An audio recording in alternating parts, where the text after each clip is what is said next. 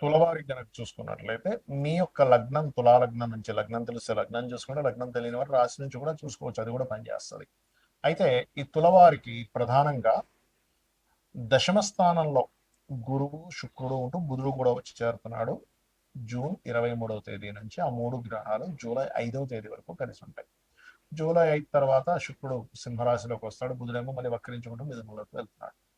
మరి ఈ యొక్క గ్రహస్థితిని అనుసరించి మీకు ఎలా ఉండబోతుంది, ఏ దేవత ఆరాధన చేయాలి, ఎటువంటి విషయాల పట్ల మీరు జాగ్రత్తగా ఉండాలి, ఇవి ఒకటే కాకుండా మీకు లాభంలో కేతు, 6వ స్థానంలో శని, పంచమ స్థానంలో రాహు, అష్టమంలోకి వచ్చినటువంటి కుజుడు, వీటి యొక్క ఫలితాలు కూడా ఎలా ఉండబోతున్నాయి అనేటువంటి అంశాలు చెప్తుంది నేనైనప్పటికీ చెప్పిస్తుంది సాక్షాత్ లలిత అమ్మవారిగా భావిస్తూ ఆ లలితాంబిక అమ్మవారి యొక్క అనుగ్రహం మీకు పరిపూర్ణంగా కలగాలని మనస్ఫూర్తిగా కోరుకుంటూ, ఇక్కడ ఎప్పుడైతే మీకు ఈ యొక్క గ్రహాల యొక్క స్థితిగతులు దశమ స్థానంలో మూడు గ్రహాలు కలిసి ఉన్నాయో, మనం ఒక్కోసారి చూడండి ఎంత వెతికినా కూడా ఉద్యోగం రానటువంటిది ఒక్కొక్కసారి ఇద్దరు ముగ్గురు పిలుస్తూ ఉంటారు ఒకటేసారి ఉద్యోగానికి. మా ఆఫీస్లోకి రాండి, మా కంపెనీలోకి రండి, మీకు ఫలానా ఇవి ఉంటాయి, మీకు ఇంత శాలరీ ఇస్తామని. ఈ రకంగా తులాలగ్నం వారికి ఎక్కువ ఉద్యోగ అవకాశాలు ఎక్కువగా వస్తాయి. ఈ 10వ స్థానంలో మూడు గ్రహాలు ఎప్పటి నుంచి జూన్ 23వ తేదీ నుంచి జూలై 5వ తేదీ వరకు. ఇది ఒక కాంబినేషన్ అనమాట. అలాంటప్పుడు మీరు ఒకవేళ మారాలనుకుంటే ఇది ఒక మంచి అవకాశం. అంటే కొత్త ఉద్యోగాలు రావడానికి, ఉద్యోగంలో మీకు మార్పు చెందడానికి, ఉద్యోగరీత్యా ప్రయాణాలు, ఉద్యోగరీత్యా ఎదుగుదల, ఉద్యోగంలో చేస్తున్న ఉద్యోగంలోనే ఫైనాన్షియల్గా గ్రోత్ పెరగడము, కొంచెం టీంని ఇవ్వడము, ఆ టీం ద్వారా మీరు కొంత సక్సెస్ సాధించడం అనేటువంటివన్నీ కూడా మీకు ఇస్తుంది. అయితే ఎంతైనా శుభగ్రహాల కంటే పాపగ్రహాలు దశమలో ఎక్కువ యోగిస్తాయి. కాకపోతే మూడు శుభగ్రహాలు కదా, ఆ ఫలితం కూడా ఇస్తుంది అక్కడ.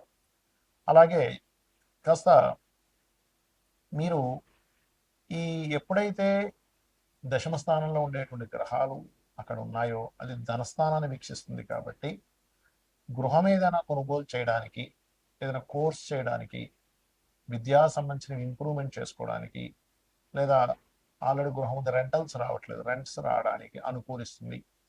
ధనస్థానాన్ని, చతుర్థ స్థానాన్ని గ్రహాలు వీక్షిస్తున్నాయి కాబట్టి గృహం కొనుగోలు చేయడానికి, కట్టుకోవడానికి లోన్స్ లభించడము, ఇవన్నీ కూడా ఇక్కడ ఈ మూడు గ్రహాలు కలిగిస్తాయి. కాబట్టి ఈ మూడు గ్రహాలు కలిసి ఉన్నటువంటి ఈ యొక్క జూన్ 23వ తేదీ నుంచి జూలై 5వ తేదీ వరకు ఈ యొక్క విషయాల్లో మీరు కనుక ప్రయత్నం చేసినట్లయితే చాలా బాగుంటుంది.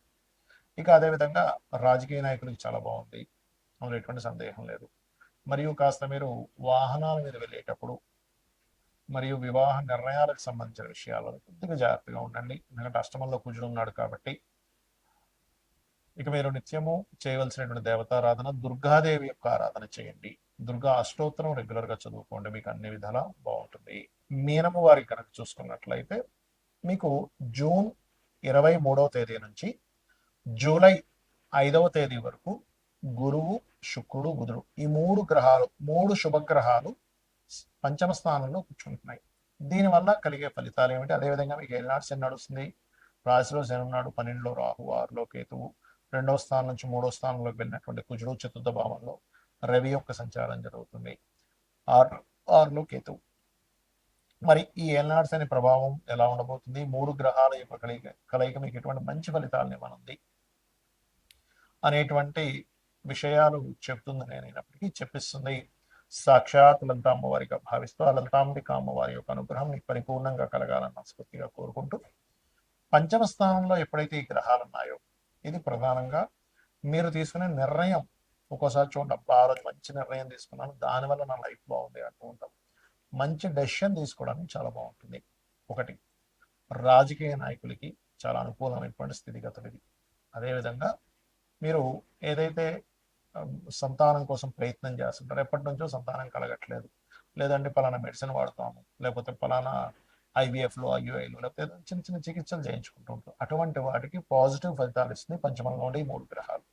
సంతాన అభివృద్ధి, ఆల్రెడీ సంతానం ఉన్నారు వాళ్ళకి కొంచెం చదువు మీద ఇంట్రెస్ట్ కలగడం కానివ్వండి, వాళ్ళ యొక్క దుర్వ్యసనాలు మారడం కానివ్వండి, సంతానానికి ఏదైనా హెల్త్ ఇష్యూస్ ఉంటే అవి క్లియర్ అవ్వడం కానివ్వండి, వాళ్ళ విషయంలో కొన్ని శుభవార్తలు వినడం, అదేవిధంగా కొంతమంది స్నేహితుల ద్వారా కూడా కొంత మంచి ఫలితాలు రావడం, మీ యొక్క లవ్ ప్రపోజల్స్ ఏవైతే ఉంటాయో వాళ్ళకి పెట్టినప్పుడు వాళ్ళు యాక్సెప్ట్ చేయడము, క్రియేటివ్ ఫీల్డ్లో రాణించడం, ఇటువంటివన్నీ కూడా పంచమంలో ఉండేటువంటి ఈ మూడు గ్రహాలకు అనుకూల ఫలితాన్ని ఇస్తున్నాయి. అయితే ఇక్కడ రెండులో ఉండేటువంటి కుజుడు ఎప్పుడైతే మూడులోకి మారిపోయాడో కొంత కుటుంబ సంబంధించిన వ్యవహారాల్లో ఉండే గొడవలు కూడా తగ్గుతాయి. మూడులోకి మారినందుకు కొంత ధైర్యంగా కొన్ని నిర్ణయాలు తీసుకుంటారు. విదేశాలు వెళ్ళడానికి 12లో ఉండే రాహు అనుకూలిస్తున్నాడు మీకు. కాకపోతే నిత్య జీవితంలో కొన్ని సార్లు చూడండి, డైలీ లైఫ్లో ఉండే కొన్ని ఆటంకాలు మాత్రం ఏర్పడుతూ ఉంటాయి. దానికి ఏం చేయాలి అంటే, మీరు కేతు 6లో ఉన్నందుకు డైలీ లైఫ్లో మీరు ఏ పని ప్రారంభిస్తున్నా, ఎక్కడికి వెళ్తున్నా, ఏ పని చిన్న పని ప్రారంభించినా, చిన్న పని అనుకుంటున్నా, ఒక్కసారి మనసులో ఎప్పుడు కూడా గణపతిని ధ్యానం చేయండి. అలాగే ఏళ్ళనాడ్స్ అనే ప్రభావం గురువు యొక్క దృష్టి వల్ల తగ్గుతుంది. మీకు ఇప్పుడు అవ్వాల్సిన అంటే లేట్ అవుతున్నప్పుడు కాస్త మూమెంట్ అనేటువంటిది ఉంటుంది. మంత్ర సాధనకి ఇది మంచి సమయం. మనకి లగ్నం నుంచి పంచమ స్థానంలో ఎప్పుడైతే గురువు ఉన్నాడో, శుక్రుడు బుధుడు కూడా కలిసి ఉన్నాడు. మంత్ర సాధన చేయడానికి, ఎవరి దగ్గరైనా గురువు దగ్గర మంత్రం తీసుకోవడానికి, మరి ఉపనయనాది సంస్కారాలు చేయించుకోవడానికి చాలా మంచి సమయం ఇది చెప్పాలంటే. ఇది ఈ యొక్క గ్రహస్థితి మీకు చక్కటి అనుకూలమైనటువంటి వాతావరణాన్ని ఇస్తుంది.